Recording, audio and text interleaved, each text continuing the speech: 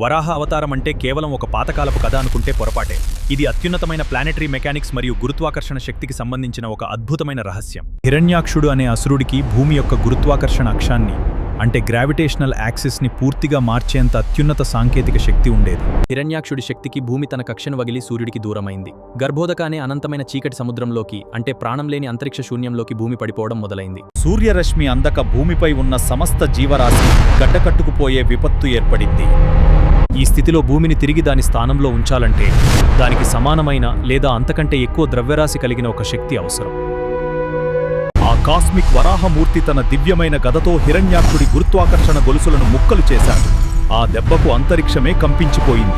వరాహస్వామి తన అపారమైన దివ్యశక్తితో పాతాళంలో చిక్కుకున్న భూమిని తన భుజాలపైకెత్తుకున్నారు. ఆ తాకిడికి విశ్వమంతా ఒక మహాకంపనం కలిగింది. భూమి తిరిగి తన ప్రాణాన్ని పోసుకుంది. పురాణాలలోని వరాహ అవతారమే నేటి సైన్స్ చెప్పే స్పేస్ టైం కర్వేచర్.